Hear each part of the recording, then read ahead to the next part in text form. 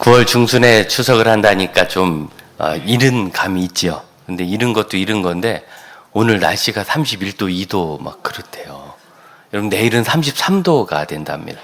연휴 끝날 때까지 다 32도가 넘어가더라고요. 목요일까지.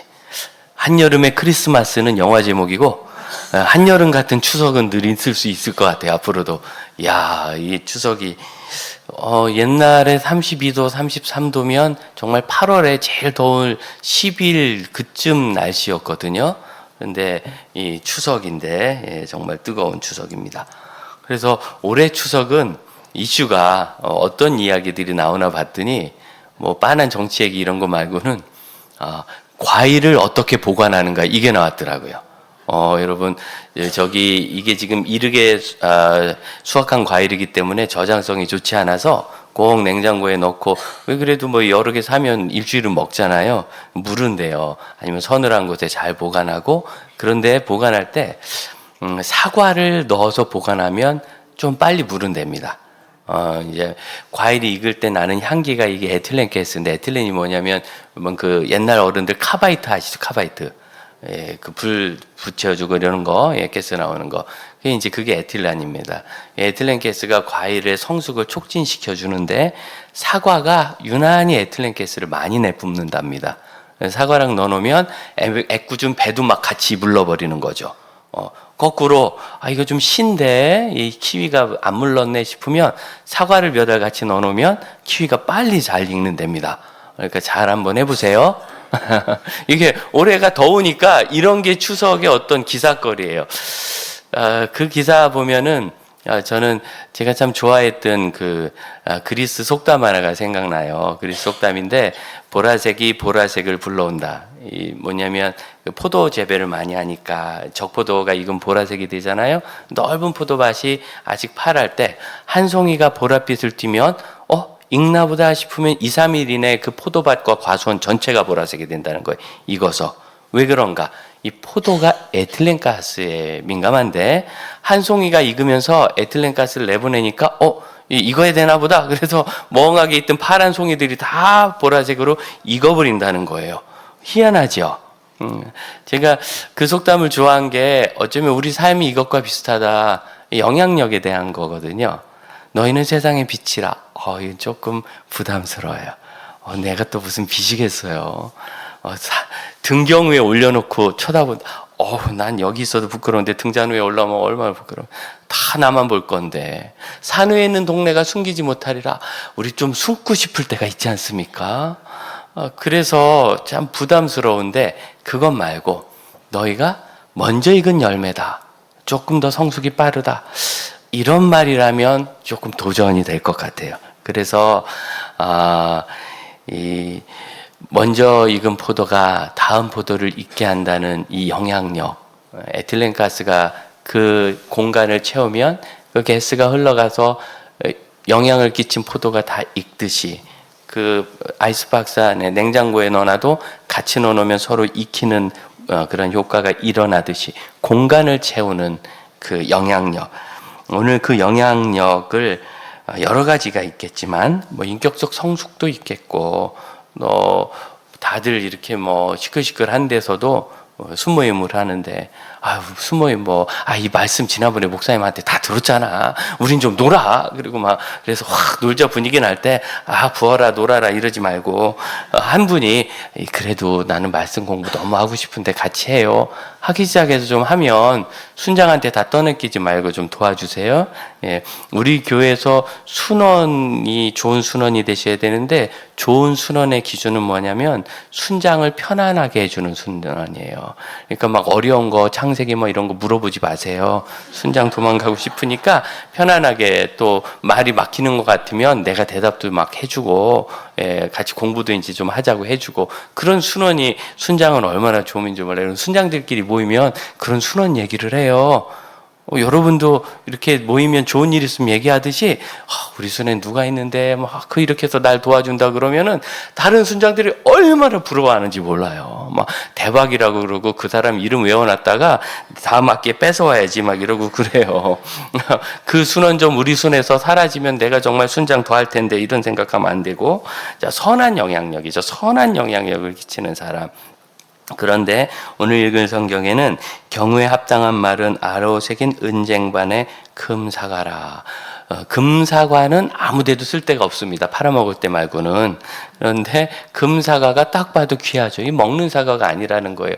놓고 보는 사과지요. 그래서 참 아름다운 어떤 고대 시대의 수공의 예술품 하나를 우리에게 소개하고 있습니다. 12절에도 나오는데 잘 듣는 귀에 금고리와 정금 장식이라. 누가 지혜롭게 말을 충언을 하면, 고언을 하면 잘 듣게 되면은 그 사람에게는 그 고언이 금고리와 정금 장식이라. 이게 액세서리란 뜻이거든요.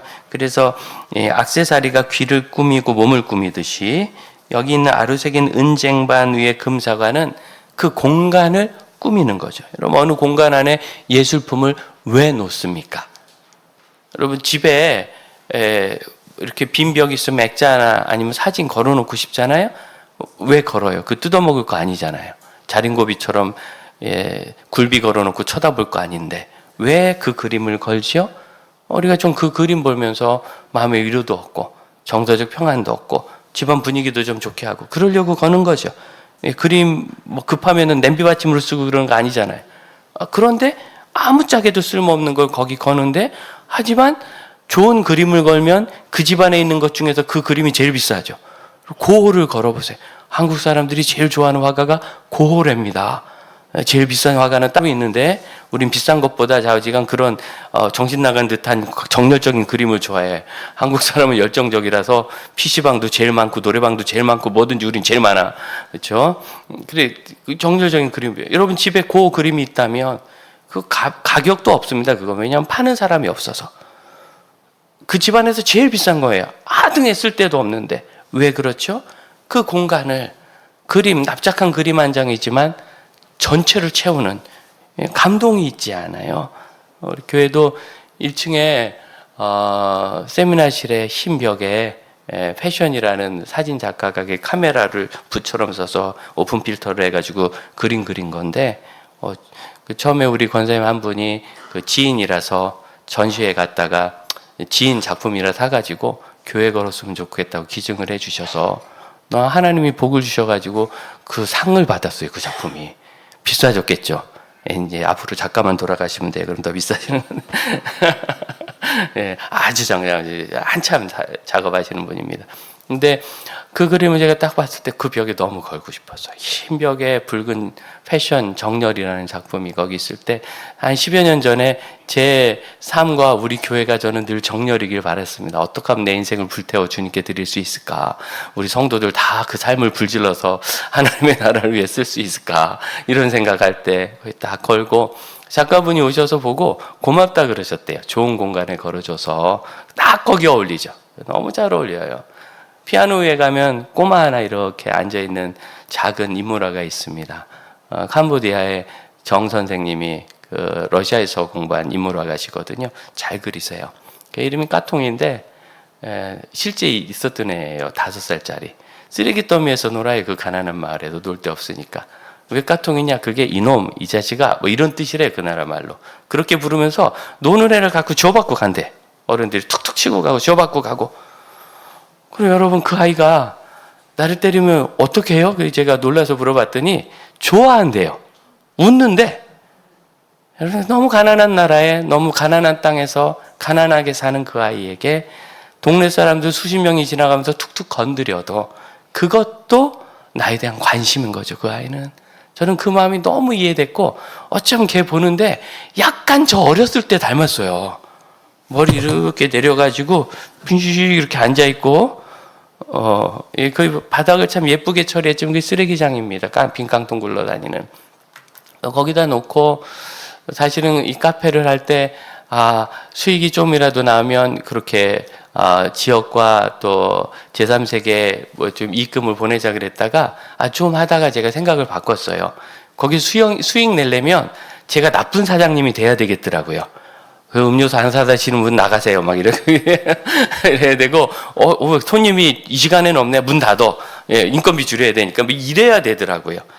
그거보다는 우리 성도들이 편하게 쓰고, 지역민들이 언제든지 편하게 오시고, 동네 길에 불 밝혀 놓는 것이 더 큰 기여다 생각을 해서 생각을 바꿨어요. 하지만 그 그림을 걸 때만 해도요, 억지로 저희가 40만 원 수익금을 만들었어요.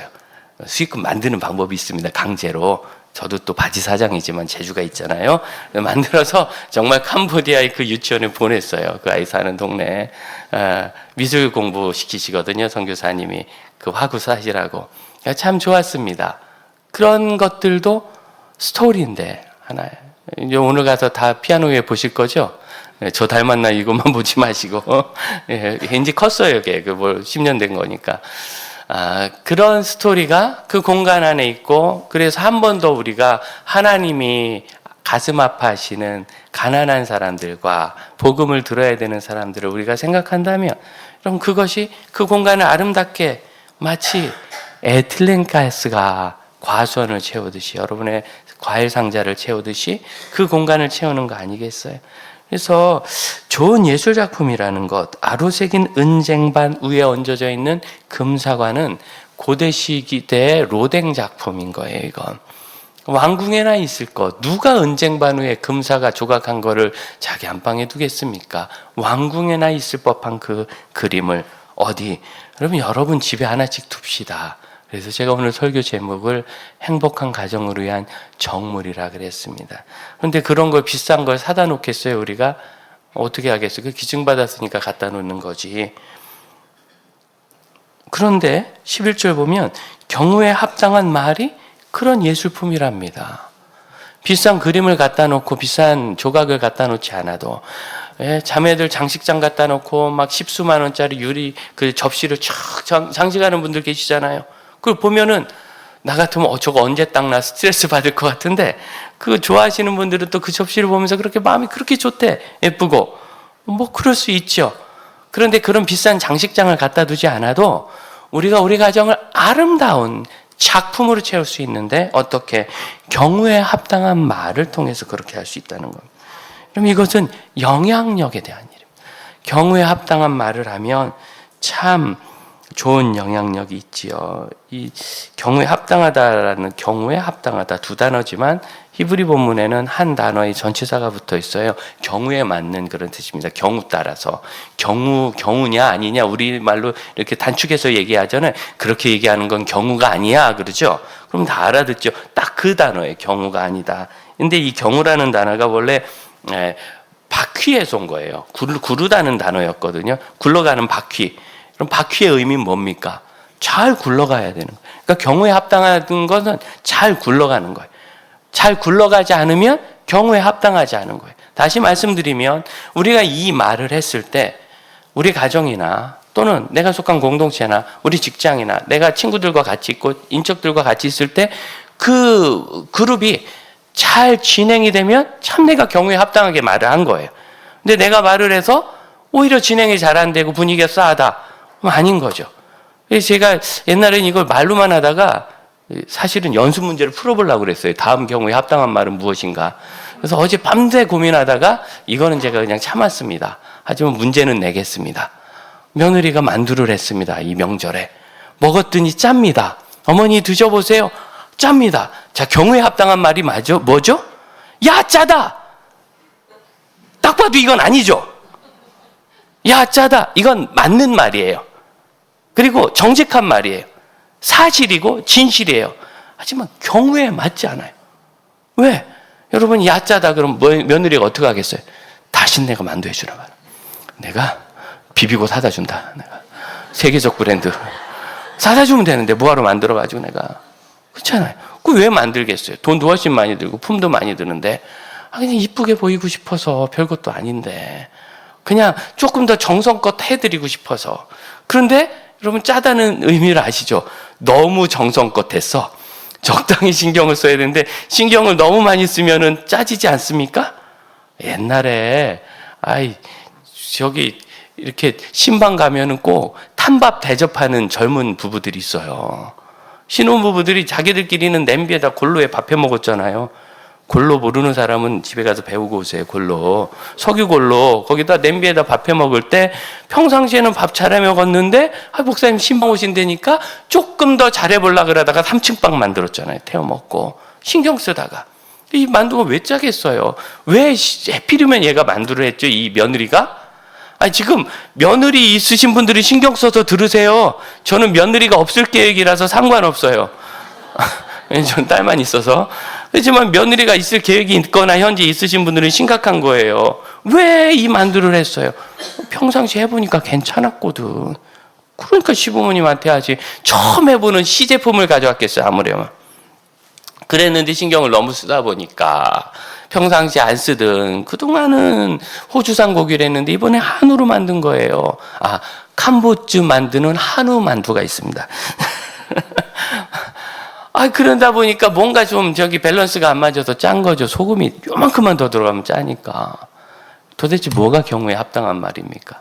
생각하시면 돼요. 이 다음에 내가 무슨 말을 해야 얘가 기쁜 마음으로 금만두를 해올까? 은만두를 해올까? 뭐겠어요? 야, 너 열심히 했구나. 직접 한 거냐? 야, 고맙다. 뭐 이런 말 아닐까요?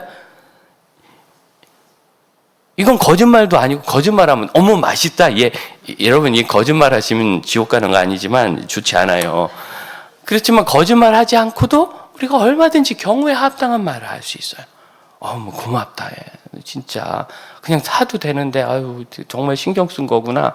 아유 고맙다. 그 소리 들어보세요. 막 다음에 진짜 금만두 해온다니까요. 만두에 금가루 뿌려오고. 우리는 정직한 것과 경우에 합당한 것을 오해해요. 홍정길 목사님은 그렇게 말씀하셨습니다. 그건 정직이 아니라 재앙이다. 이런 거죠. 당신은 왜 얼굴이 그렇게 이상하게 생겼어? 정직한 재앙인 거예요. 이 말이 그 모임을 어떻게 만들지 생각해 보세요. 누가 거기 오고 싶겠어요? 누가 그 일을 하고 싶겠어요? 누가 이걸 계속 이 사람과 같이 가고 싶겠어요? 굴러가던 바퀴가 서버리겠죠. 이탈하겠죠. 빠져버리겠죠. 경우에 합당한 말이 아닌 거예요. 제가 칼럼에 적어드렸지만 명절이 지나면은요 이혼율이 30% 가까이 증가한답니다. 그러니까 이번 달 9월 달이 명절이잖아요. 10월 달 이혼하는 율이 평상시보다 20-30% 더 많아진대요.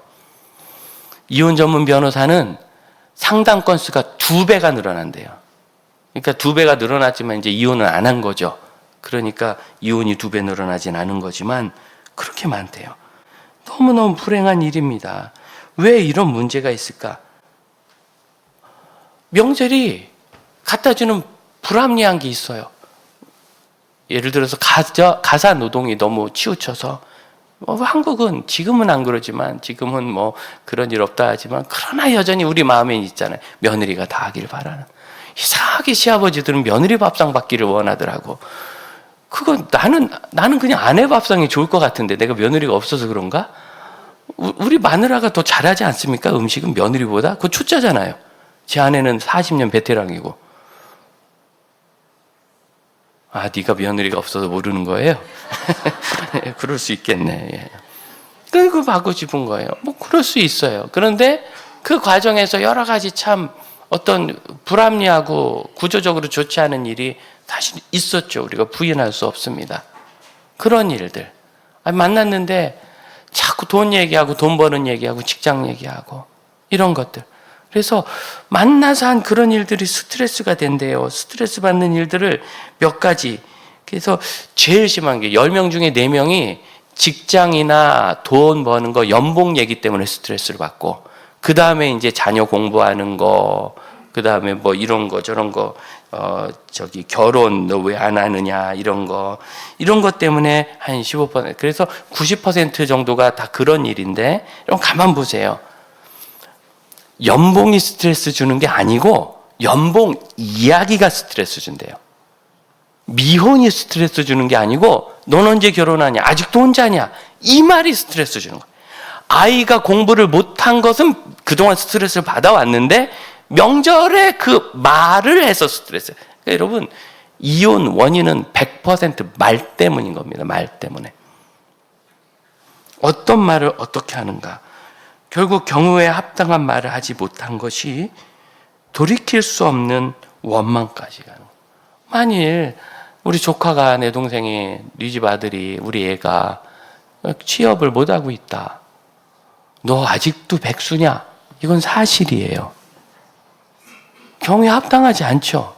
뭔 말이 경우에 합당하세요? 여러분 생각해 보세요. 어떻게 하면 얘가 계속 구직 활동을 하고 직장에 대해서 용기를 가질까? 여러분, 대한민국 청년들이 지금 33%가 구직 활동을 중단했답니다. 직업이 없는 문제가 아니라 아예 직장 가질 생각을 안 하고 있대요. 무슨 말을 하면 이 아이가 계속 구직 활동도 하고 작은 일이라도 좀 취직을 해보려고 애쓰겠어요? 야, 대기만성이란다. 용돈 써. 이거 말고 또 있어요? 뭐 다른 것도 있나? 우리 회사로 하라. 이러면 더 좋지. 다 창업할 수도 없고. 여러분,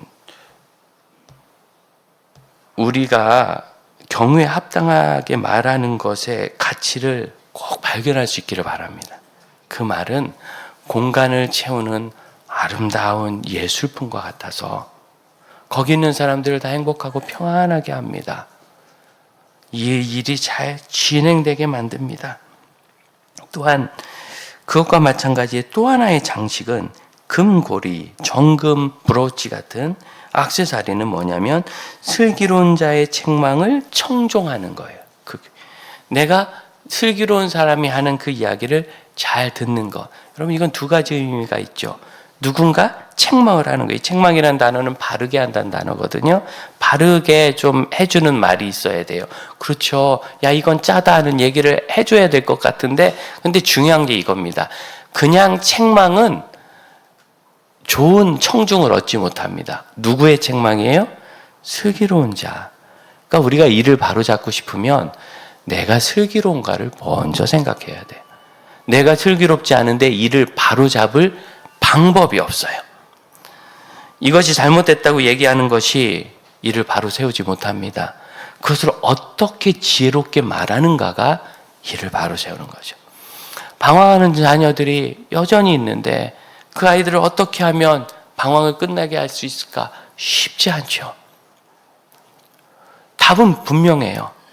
쓸데없는 짓 그만두고 지금이라도 공부를 시작하고 지금이라도 직장에 들어가고 지금이라도 유용한 기술을 배우고 지금이라도 아무거나 시작을 해서 한번 가봐라. 뭐 정답 아니겠어요? 근데 이 말을 어떻게 슬기롭게 말하느냐가 그 아이를 바꾸는 거지. 그 사실은 걔도 알아요. 걔도 지금이라도 뭘 하는 게 제일 빠른 길이라는 거 당연히 그 아이도 알아요. 근데 문제는 누구도 그걸 슬기롭게 그 사람에게 말해주지 않는 거죠. 슬기로운 사람의 책망, 내가 먼저 슬기로워야 합니다. 목사님 슬기 어려워요. 어렵죠. 그런데 여러분, 우리가 믿고 섬기는 우리 주님의 이름이 뭐죠? 지혜예요. 모사. 영어 성경 와이즈덤이라고 되어 있어요. 그분은 지혜세요.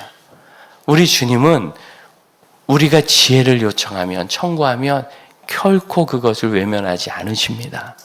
솔로몬은 하나님 앞에 기도를, 지혜를 구하고 응답받은 것만 해도 좋은데 칭찬까지 받았어요. 네가 참 좋은 걸 구했다. 그럼 지혜를 구하는 것은 항상 우리 주님이 정말 칭찬하는 그런 일입니다. 그래서 슬기로운 사람이 되는 일은 우리가 주님을 모시고 살기 때문에 얼마든지 가능한 일입니다. 또한 그런 책망을 들을 때 내가 그것을 잘 들을 수 있어야 돼요. 그런데 이제 문제는 이거죠. 우리 주변에 다 슬기로운 좋은 자만 있는 건 아니잖아요. 그러면 당신은 지혜 없으니까 저리 가라고 하겠어요? 그럼 당신은 나랑 성격 다르니까 가고, 당신은 나랑 스타일이 다르니까 가고, 당신은 나랑 취미가 다르니까 가고, 그래서 다 내버리면 평생 혼자 살아야죠. 뭐 나랑 맞는 사람은 나 말고 없잖아요. 여러분 배우자도 여러분이랑 잘 안 맞죠? 다 안 맞아요. 나랑 맞는 사람이 어디 있겠어요?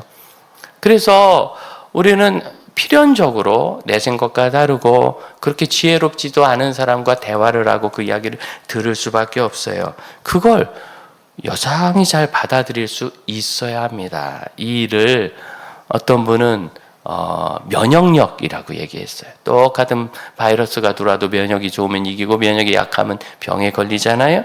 똑같은 말을 들었는데 남들은 괜찮다는데 나는 마음이 너무너무 상처받는 것 같다. 그러면 이게 좀 내 마음의 면역에 문제가 있는 건 거예요. 예를 들어서 그 자리에 있는 사람들이 다 막 너무 화가 났다. 너무 기분이 나빴다. 너무 속상했다. 전부가 다. 그래서 견디기 어려웠다. 그럼 뭐 그런가 보다. 그런데 남들은 저 기분 나쁘고 좀 견디기 어려웠지만 견뎠어. 뭐 원래 그런 분이니까 이렇게 치부할 수도 있고 그분이 미숙해서 그래. 그럴 수도 있죠. 사실 우리가 일상에서 있는 상처는 주로 악이나 어떤 고의성이 없는 그런 사소한 일에서 시작돼요. 상처를 주는 그 사람도 나쁜 사람이라기보다는 뭐 어떤 사람은 다른 사람의 입장을 잘 이해하지 못하거나 또 어떤 사람은 자기가 마음에 막 올라오는 열심 있죠. 감정. 자기 감정을 다 해야 되는 자기에게 충실한 사람일 수도 있어요. 그래서 다른 사람의 입장을 미처 배려하지 못하는 거죠. 생각이나 입장 차이가 있는 걸 그렇게 배려하지 못하거나 표현 방법이 서툴러서 쉽게 얘기해서 미숙해서 성숙하지 못하니까 아직 서울 익은 포도 같아서 좋은 영향력을 끼치지 못하는 사람일 수는 있어요. 대부분 우리가 일상 속에서 겪는 상처의 정체입니다. 그런 이야기를 들었을 때 내 마음에 면역력이 있어서 잘 넘길 수 있는 것이 정말 중요합니다. 그래서 그냥 그분은 성향이 좀 그래. 있는 그대로 인정하고 잘 안 되면 그냥 그렇게 말할 수 있는 어떤 이유가 있었을 수도 있어. 이렇게라도 잘 던져서 나를 좀 지켜야죠. 영 안 되면 기대치를 낮추는 것도 있어요. 이런 말이 있잖아요. 상처받기 싫으면 사랑하지 말자. 이런 얘기. 바보같이 그래서 사랑하지 말아야 되겠다. 그럼 불행하고 메마른 삶을 살게 돼요. 그 말의 뜻은 이겁니다. 당신이 상처받습니까?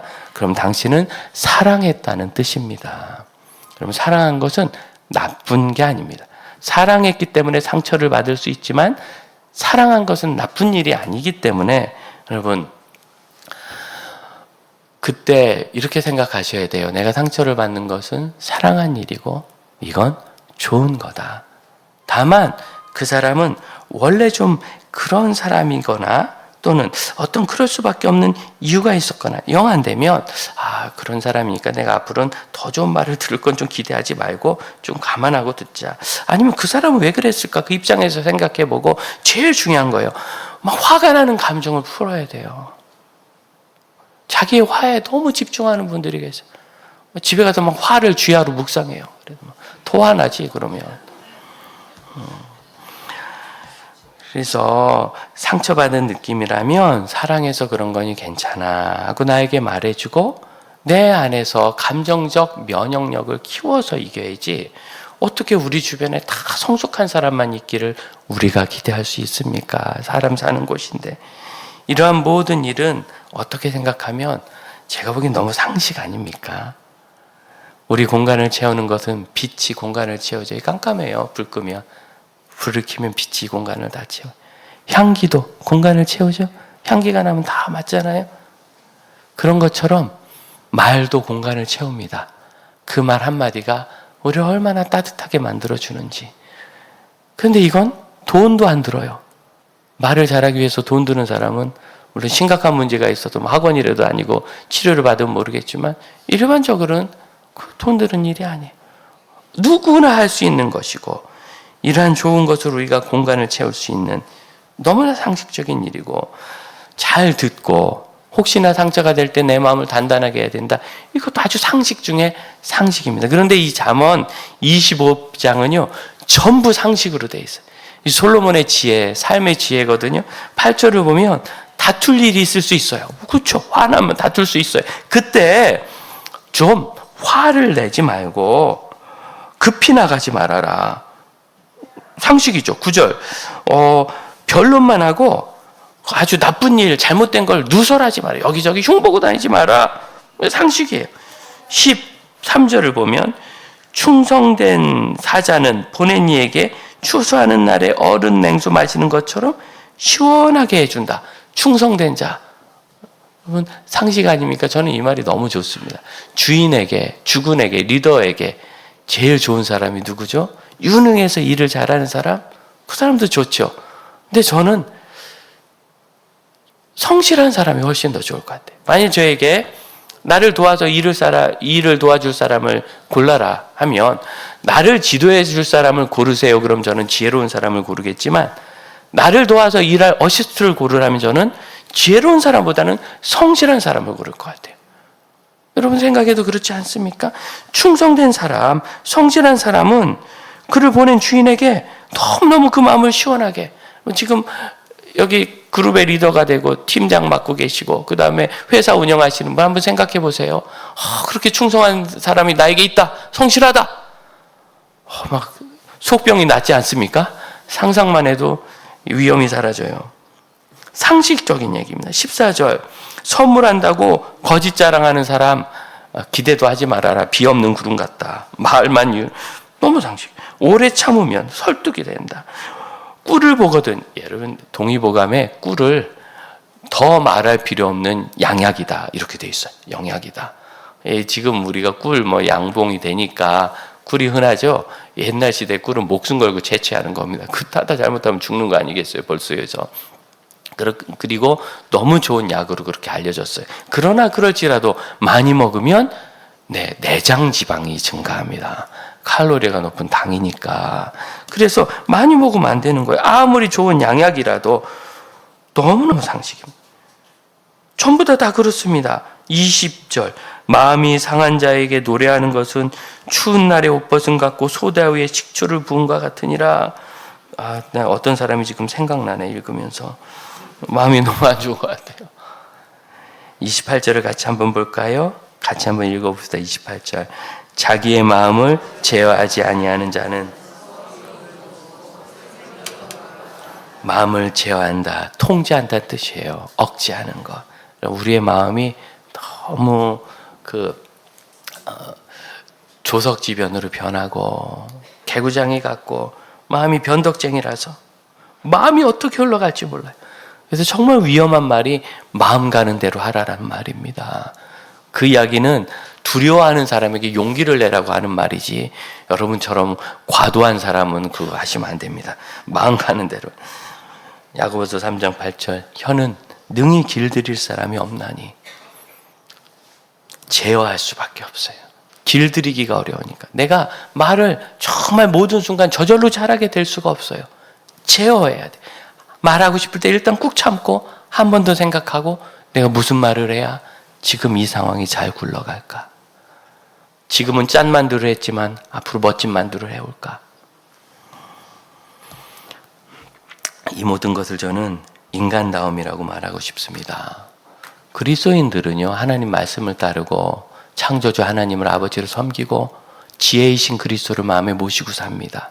사실은 지혜롭지 않을 길이 없는 사람, 존재 자체가 훌륭하지 않을 수가 없는 분인데, 오늘날까지 그리스도인들이 사회적 지탄을 많이 받을 때 원인이 어디 있는가? 2000년대 초반에 존경받으시던 한국사회 원로 목사님이 이렇게 말씀하셨어요. 지금 한국교회 문제는, 2000년대 초반, 지금 한국교회 문제와 한국 성도들의 문제는 목회자들이 너무 품위가 없다는 것이다. 저는 그 말에 100% 동의했습니다. 품위 없는 목사님의 말을 듣고 품위 없는 장로님, 권사님, 집사님이 생기고, 그게 그대로 믿음의 가정에도 아무 품위 없는, 여러분, 내 눈에 흙이 들어가도 안 돼. 눈에 흙 넣어보신 분 계세요? 해본 적도 없는 말을 우리가 왜 이렇게 잘하는지. 이 말은 전국 정말 애가 철만 들으면 아는 말 같아요. 내 눈에 흙이 들어가서 가더라도 안 되는 말을 모르는 사람이 없어요. 아니, 눈에 흙 넣어본 사람은 없는데 먼지나 한두 개 들어가 봤을까? 어디서? 책에서, 신문기사, 텔레비전. 여러분이 좋아하는 연속극이 수톱적에 나오잖아요. 그 얘기.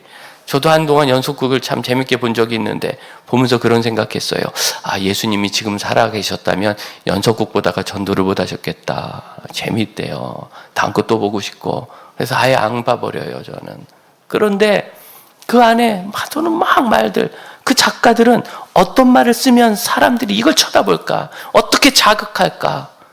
그래서 좋은 말도 좀 적지만 좋은 말 하나에 나쁜 말 7개 섞어가지고 넣는 거예요. 왜? 머리 팍팍 박히거든요.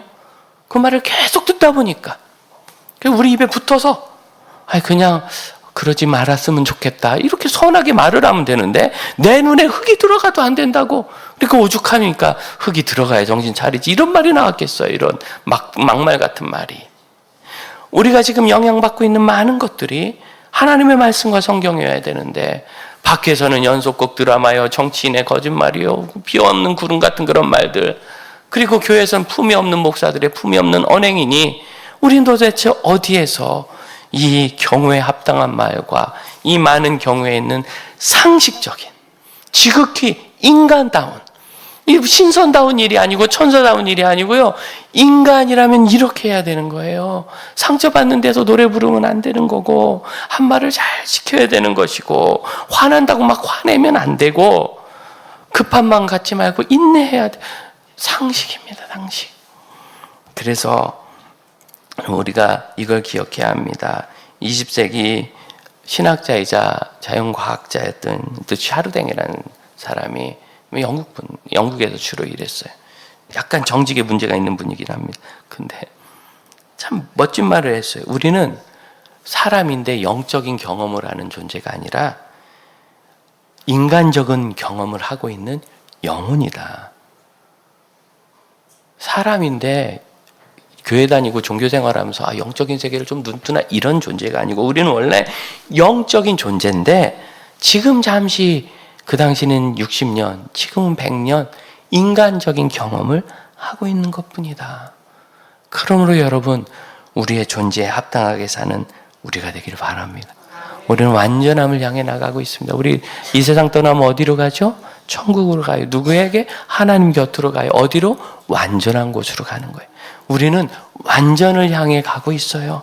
영적인 존재로서 지금 비록 험하고 문제 많은 세상에서 사람의 경험을 하고 있지만 여러분, 이것이 지나가는 경험이 되고 하나님 닮은 우리의 참된 형상을 예수 그리스도의 구원 안에서 회복할 수 있기를 축복합니다. 함께 기도합시다.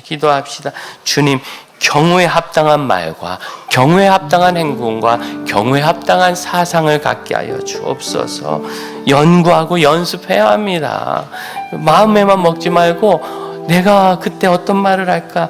여러분, 50개의 케이스도 안 될 거예요. 우리가 이런 게 필요한 일상적인 일들은 이 일들을 연구하고 연습하여 우리의 가정을 고호의 그림보다 더 아름다운 우리의 언어라는, 우리의 말이라는 작품으로 채워갑시다. 함께 기도하겠습니다.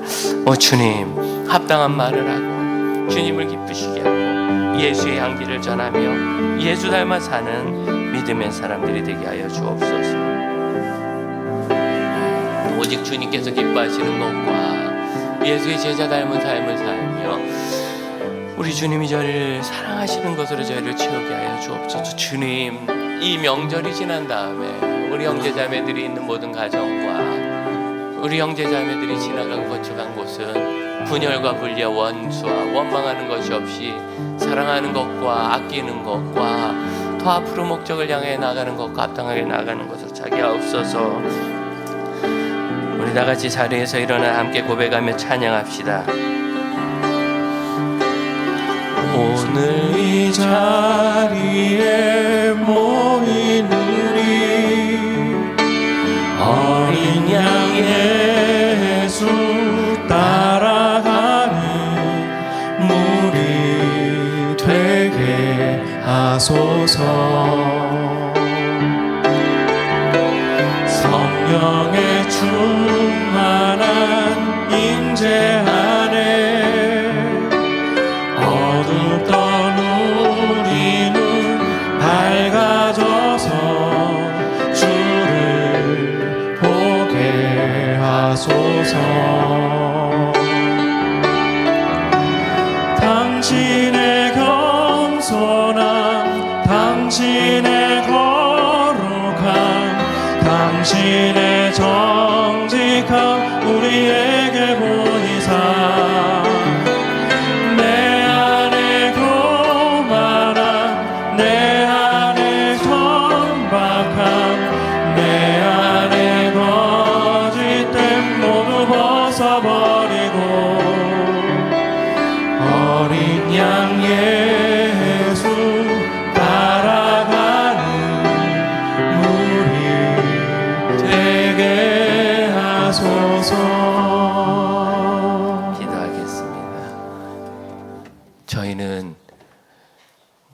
교감 있는 예술가도 아니고 그럴 훈련도 받지 못했지만 그렇게 눈으로 보고 감성적으로 기뻐하고 그치는 수준의 우리의 외모를 꾸미는 것이나 가정이나 공간을 꾸미는 것이 아니라 그 첫 만물 포도처럼 영향을 끼치고 선한 하나님의 일을 이루고 그 공동체와 가정이 갈 길로 더 잘 가게 하는 아름다운 언어를 가진 사람들임을 주 앞에 감사합니다.